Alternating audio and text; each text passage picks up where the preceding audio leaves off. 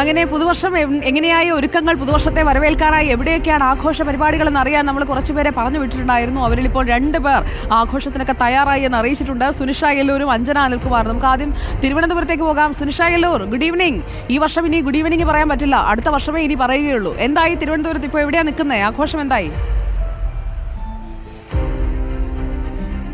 സുജയ, ആദ്യം തന്നെ ഈ വർഷത്തെ ഗുഡ് ഈവനിങ് നേരുന്നു. ഒപ്പം തന്നെ അഡ്വാൻസ് ഹാപ്പി ന്യൂ ഇയർ നേരുകയാണ്. ഈ പറഞ്ഞതുപോലെ തിരുവനന്തപുരത്തേക്ക് വരുമ്പോൾ പ്രധാനമായും ഒഴിച്ചുകൂടാൻ പറ്റാത്തൊരു സ്ഥലമാണ് കനകക്കുന്നിലെ ആഘോഷം എന്ന് പറയുന്നത്. നമ്മൾ കഴിഞ്ഞ ദിവസമൊക്കെ സ്ക്രീനിൽ എത്തിച്ചതാണ്. കനകക്കുന്നിൽ കഴിഞ്ഞ 2-3 ദിവസമായി ഇങ്ങനെ ലൈറ്റ് ഷോയും പുഷ്പോത്സവവും ഒക്കെ ഇങ്ങനെ തകൃതിയായി നടക്കുന്നുണ്ട്. ആളുകളുടെ ഒരു വലിയ തിരക്ക് കാണാനും കഴിയുന്നുണ്ട്. പക്ഷേ ഇപ്പോൾ ഏതായാലും ന്യൂ ഇയറിനെ വരവേൽക്കാൻ ഒരു 9 മണിക്ക് ശേഷമൊക്കെ അങ്ങ് വൈബാകൂ എന്നൊരു രീതിയിലാണ് ഇപ്പോഴത്തെ കാര്യങ്ങൾ നടക്കുന്നത്. കാരണം അത്ര കണ്ട ആളുകളൊന്നും എത്തി തുടങ്ങിയിട്ടില്ലെങ്കിൽ പോലും അവിടെ ഇവിടെയായി ആളുകളൊക്കെ വന്നു തുടങ്ങുന്നതേ ഉള്ളൂ. പക്ഷെ രാത്രി ലൈറ്റിനൊപ്പം തന്നെ വൈബായിക്കൊണ്ട് ഇവിടെ ആളുകൾ എത്തുമെന്നുള്ള കാര്യത്തിൽ സംശയമില്ല. പക്ഷേ ഞാൻ കനകക്കുന്ന് വന്നപ്പോൾ എനിക്ക് കുറച്ച് ആളുകൾ എന്തായാലും ഇവിടെ നിന്ന് കിട്ടിയിട്ടുണ്ട്. എങ്ങനെയുണ്ട് ന്യൂ ഇയർ സെലിബ്രേഷനിലേക്ക് കടക്കും? അടിപൊളിയായിട്ടുണ്ട്. മിനിസ്റ്ററൊക്കെ ഭയങ്കര സപ്പോർട്ടാണ് പരിപാടി നടത്താനൊക്കെ. എല്ലാത്തിനും വേണ്ടിയിട്ടുള്ള റിസോഴ്സസ് ഒക്കെ പ്രൊവൈഡ് ചെയ്യുന്നുണ്ട്.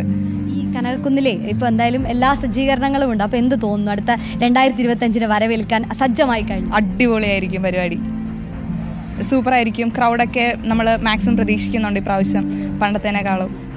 എങ്ങനെയുണ്ട് ന്യൂ ഇയർ ഒക്കെ? 2024 എങ്ങനെയുണ്ടായിരുന്നു? നല്ലൊരു വർഷമായിരുന്നു, കുഴപ്പമില്ല.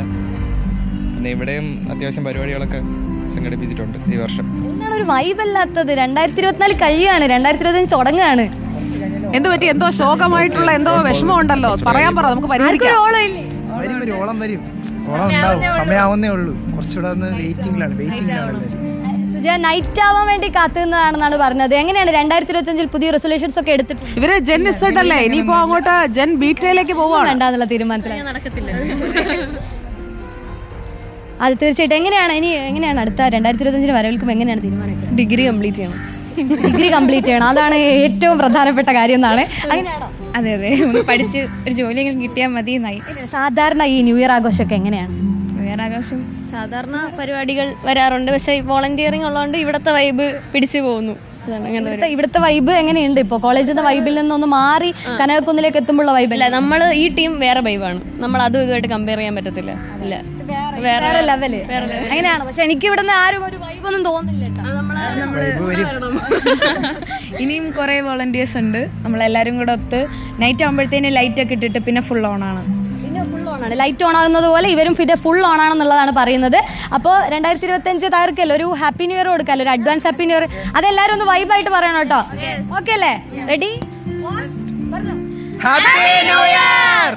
ഇപ്പൊ സുജ, ഏതായാലും 2025 തുടങ്ങാൻ പോകുന്നേ ഉള്ളൂ. പക്ഷെ ഇവരുടെ ഹാപ്പി ന്യൂ ഇയർ എന്തായാലും നൽകിയിട്ടുണ്ട്. ഇനി ഞങ്ങൾ ഈ ലൈറ്റ് ഓൺ ആകുമ്പോൾ വീണ്ടും ഫുൾ ഓൺ വൈബിൽ തിരിച്ചു വരുന്നതായിരിക്കും. ഓക്കെ.